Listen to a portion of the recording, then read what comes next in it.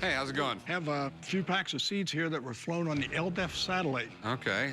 They're space seeds. They was put up in 1984 on the Challenger. NASA has been sending stuff into space for decades. They've tested the effects of weightlessness, extreme cold, radiation. These seeds were sent to schools to basically get kids interested in science. I had a bunch of students in an astronomy club, so we grew the seeds, we measured them, reported that back to NASA. They collected all that data and compiled the results for the tomato seeds. What were you looking to get out of them? I was hoping to get about $20 a pack. That's around what I could sell them for. I'll tell you what, I'll give you 60 bucks for them. These are actually from outer space, so I was sort of hoping for 120. I'll give you 80 bucks. Give me 100 bucks and that'll be it. Okay, I'll give you 100 bucks. All right, chum, you want to write these up? Meet you over there. Okay. I was hoping for 120, but I got 100 for them, and I'm really happy with that. I've got something out of this world to show you. This is a NASA Space Shuttle toilet seat. Okay, we have a space toilet seat for a really, really small butt. So how does this thing work? In space, there's no gravity, so you get strapped in with your feet, and then you've got stirrups that you can put over your legs to help hold you down, to keep them from floating off. NASA geeks will pay money for just about anything associated with the space shuttle. My big concern is I don't know what to pay for it, because I have no idea what the toilet seat market is doing nowadays.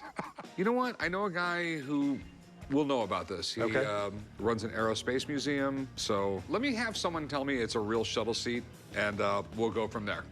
We tend to think of astronauts in space doing experiments and all the really exciting things, but you have to understand that they're also living in space. So what's your concerns on this? I want to know, was it made for the shuttle, or is it like a prototype, or?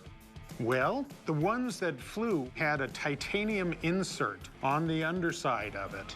The fact that this one doesn't have it means that this one didn't fly. So seriously, Mark, do you think anybody out there actually collects these, or? Having met space collectors, they want anything. All right, thanks, man. Not a problem. I'll give you 200 bucks for it. How about 400? How about 300 bucks? 300 bucks? 300 bucks. It's his money, man. You own it. All right. Write up the seat. Come with me, man. I'm very happy with that. And I probably sold the toilet seat for more than a single toilet seat's ever sold. What do we have here?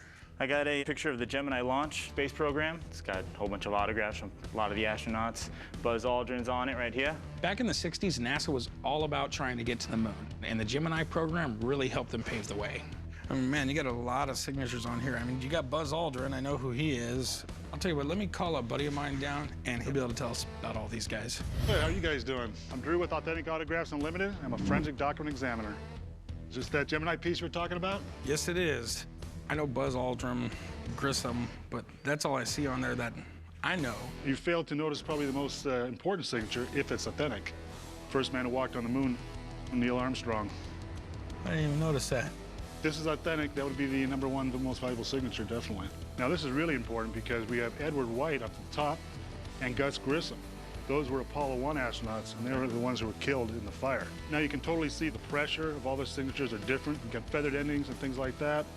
Okay, these are definitely not auto pens. Okay, so now we have to move on to the next stage to find out if they're authentic or not.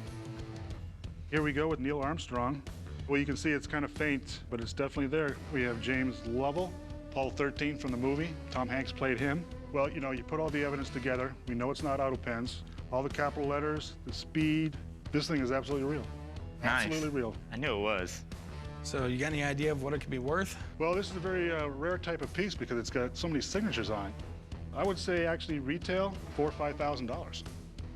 Wow. Absolutely worth it. Hey, appreciate you coming down. All right, guys. Thanks a lot, buddy. You betcha. We'll see you guys again. Thanks for looking Take at care. it. I'd like to offer you somewhere around 1,500 bucks for it. What do you say about 3,000? I'll bump it up to $2,000 if it helps you out, man. 2,500? Unfortunately, man, $2,000 is gonna be max for me. I guess I'll go ahead and take 2,000. All right, my man, chum here, we'll write you up. Thanks. I'm happy with $2,000, but at the same time, after hearing the value of it, I wish I could have gotten more, but I'm fairly happy with $2,000. Thank you. Mr. Brown and I got along famously. Why he tittled through a pass, I caught the ball myself. It's got a name engraved on it. How did you end up with this? Sounds so fun.